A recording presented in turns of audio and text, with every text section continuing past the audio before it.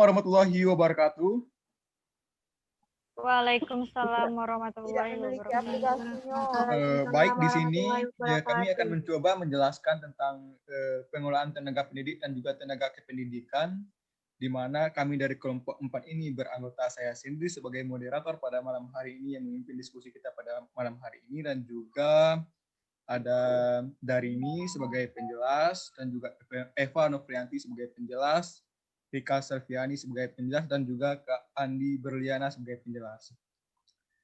Langsung saja kita masuk materi pertama, yaitu tentang pengertian tenaga pendidik dan tenaga kependidikan. Pertama itu kita masuk pada pengertian tenaga pendidik. Tenaga pendidik ini adalah tenaga yang bertugas untuk merencanakan dan melaksanakan proses pembelajaran, menilai dan hasil pembelajaran itu sendiri. Di mana pada pengertian tenaga pendidik ini melakukan pembimbingan dan juga pelatihan, serta melakukan penelitian dan pengabdian kepada masyarakat dalam hal mendidik. Hal tersebut tidak dapat disangkal karena lembaga pendidikan formal adalah dunia kehidupan tenaga pendidik. Sebagai besar waktu tenaga pendidik ada di sekolah, sisanya ada di rumah dan di masyarakat. Selanjutnya tentang faktor penentu kualitas. Di sini dalam artikel Lubis pada tahun 2017, dia mengatakan bahwa ada 3 faktor penentu kualitas atau mutu pendidikan. Pertama itu adalah pendidik, kurikulum, dan juga institusi. Dengan 3 faktor tersebut, dengan demikian upaya pemenuhan dan perwujudan segenap standar pendidikan nasional idealnya harus didukung oleh personal atau orang yang berkualitas, yang disebut dengan pendidik tadi, dibarengi dengan program atau kurikulum tadi yang baik, serta institusi atau pimpinan yang efektif. Itu faktor penentu kualitas atau mutu pendidikan. Selanjutnya, kenapa pentingnya tenaga pendidik dalam proses pendidikan? Hal ini disebutkan bahwa pentingnya tenaga pendidik dalam proses pendidikan ini adalah strategis, terutama dalam upaya membentuk watak bangsa melalui pengembangan kepribadian dan nilai-nilai yang diinginkan.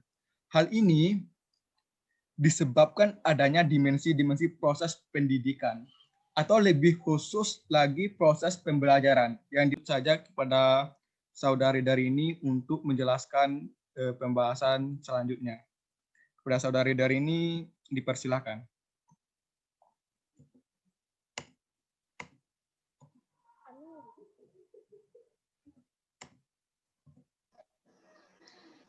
Baiklah, di sini saya akan menjelaskan tentang tahapan pengelolaan tenaga pendidik atau guru.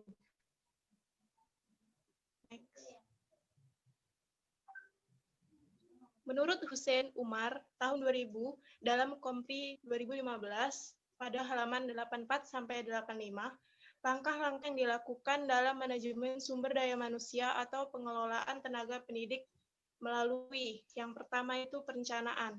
Perencanaan adalah suatu cara untuk mencoba menetapkan keperluan tenaga pendidik untuk suatu periode tertentu, baik secara kualitas maupun kuantitas dengan cara-cara tertentu.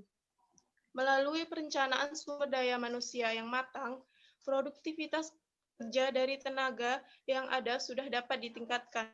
Hal ini dapat terwujud melalui adanya penyesuaian tertentu, seperti peningkatan disiplin kerja dan peningkatan keterampilan sehingga setiap orang menghasilkan sesuatu yang berkaitan langsung dengan kepentingan organisasi. Tahap yang kedua yaitu rekrutmen, adalah langkah awal dalam pengadaan karyawan. Selanjutnya, seleksi. Seleksi merupakan serangkaian kegiatan yang dilakukan untuk memutuskan apakah pelamar dapat diterima atau ditolak dalam suatu instansi tertentu.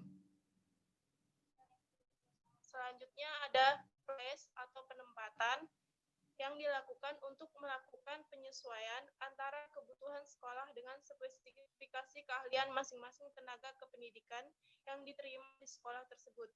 Penempatan sumber daya manusia adalah suatu proses kegiatan yang dilakukan manajer sumber daya manusia untuk menentukan posisi jabatan, lokasi kerja seorang karyawan untuk melakukan tugas pekerjaan di dalam organisasi. Selanjutnya,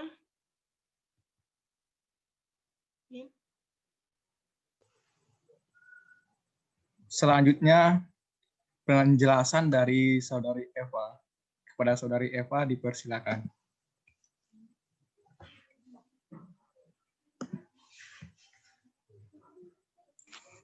Baiklah, di sini saya akan menjelaskan pengertian tenaga kependidikan. Yang pertama yaitu menurut Bakhtiar pada tahun 2016, halaman 196 sampai 190.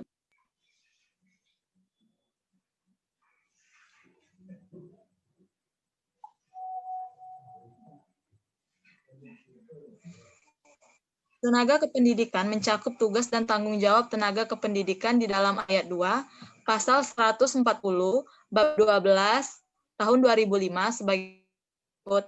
Yang pertama yaitu pimpinan satuan pendidikan dan tanggung jawab pengolahan satuan pendidikan. Yang kedua, penilik yang bertugas melakukan pemantauan, penilaian, dan pembinaan pada satuan pendidikan. Yang ketiga yaitu pengawasan. Pengawasan yang bertugas melakukan pemantauan, penilaian, dan pembinaan pada satuan pendidikan. Yang ketiga, tenaga perpustakaan yang bertugas melakukan pengolahan sumber belajar di perpustakaan. Yang selanjutnya, tenaga laboratorium. Tenaga laboratorium bertanggung jawab melaksanakan kegiatan praktikum di satuan pendidikan. Tenaga lapangan pendidikan bertugas melakukan pendataan, pemantauan terhadap pelaksanaan pendidikan non-formal. Tenaga administrasi yang bertugas untuk pelayanan administrasi pada satuan pendidikan. Yang selanjutnya, tenaga kebersihan bertugas untuk membersihkan layanan kebersihan di lingkungan sekolah. Yang kedua yaitu menurut NUR, tenaga kependidikan merupakan salah satu standar nasional yang memerlukan perhatian khusus. Pandangan penting terhadap pendidikan yang pertama yaitu guru diharapkan dapat melaksanakan tugasnya. Yang kedua yaitu tugas guru sebagai panggilan hidup. Yang ketiga, guru yang demokratis. Yang keempat, guru yang profesional. Yang kelima, peningkatan kualitas guru. Yang ketiga yaitu menurut Suwarga pada tahun 2019 halaman 165, tenaga pendidikan yang diangkut untuk menunjang penyelenggaraan pendidikan. Antara lain, yang pertama yaitu kepala satuan pendidikan, yaitu orang-orang yang diberikan wewenang dan tanggung jawab untuk memimpin satuan pendidikan. Yang kedua yaitu pendidik.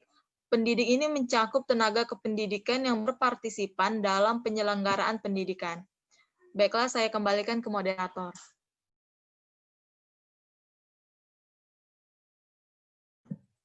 Terima kasih kepada Saudari Eva Novrianti penjelasannya tentang pengertian tenaga kependidikan. Selanjutnya materi akan dijelaskan oleh Kak Andi. Kepada Kak Andi dipersilakan.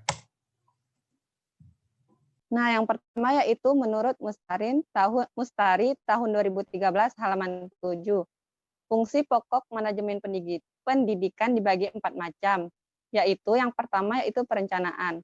Perencanaan merupakan upaya sistematis yang menggambarkan penyusunan rangkaian tindakan yang akan dilakukan untuk mencapai tujuan organisasi atau lembaga dengan mempertimbangkan sumber-sumber yang tersedia, sumber-sumber yang dapat disediakan.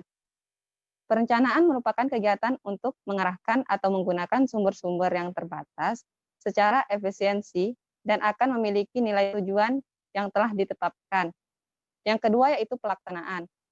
Pelaksanaan yaitu kegiatan untuk merealisasikan rencana menjadi tindakan nyata dalam rangka mencapai tujuan secara efektif dan efisiensi dan akan memiliki nilai jika dilaksanakan dengan efektif dan efisiensi. Nah, yang ketiga yaitu pengawasan. Pengawasan yaitu upaya untuk mengamati secara sistematis dan berkesinambungan, merekam, memberikan penjelasan, petunjuk, pembinaan, dan meluruskan berbagai hal yang kurang tepat serta memperbaiki kesalahan dan merupakan kunci keberhasilan dalam bersangkutan sesuai dengan syaratkan oleh jabatan tersebut.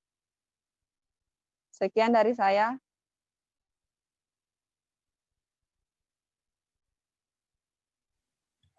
Terima kasih kepada Kak Andi atas penjelasannya mengenai perencanaan manajemen tenaga pendidikan dan juga kependidikan.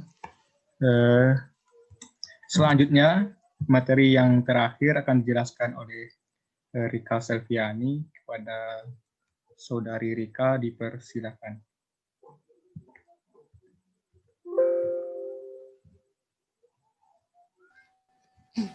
Pemenuhan dan perwujudan segenap standar pendidikan nasional idealnya harus didukung oleh personal atau orang yang berkualitas dan dibarengi dengan program atau kurikulum yang baik serta institusi pimpinan yang efektif.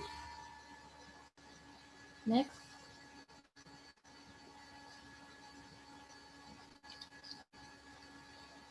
Nah, tujuan pengelolaan tenaga pendidik dan kependidikan adalah agar mereka memiliki kemampuan motivasi dan kreativitas untuk mewujudkan sistem sekolah yang mampu mengatasi kelemahan-kelemahannya sendiri. Kemudian, secara kesinambungan menyelesaikan program pendidikan sekolah terhadap kebutuhan kehidupan belajar peserta didik dan persaingan terhadap kehidupan masyarakat secara sehat dan dinamis.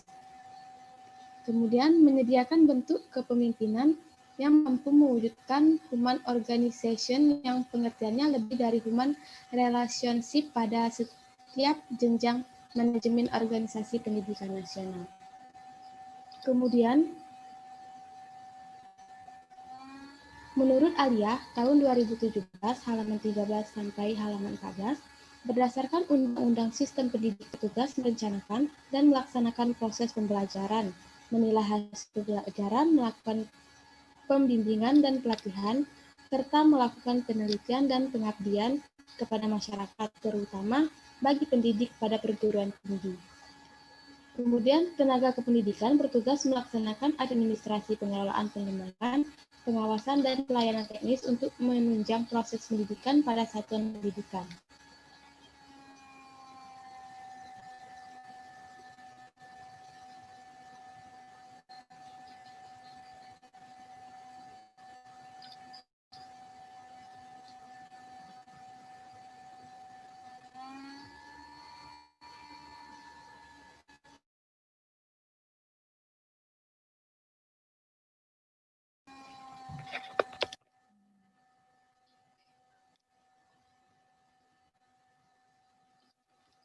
Next.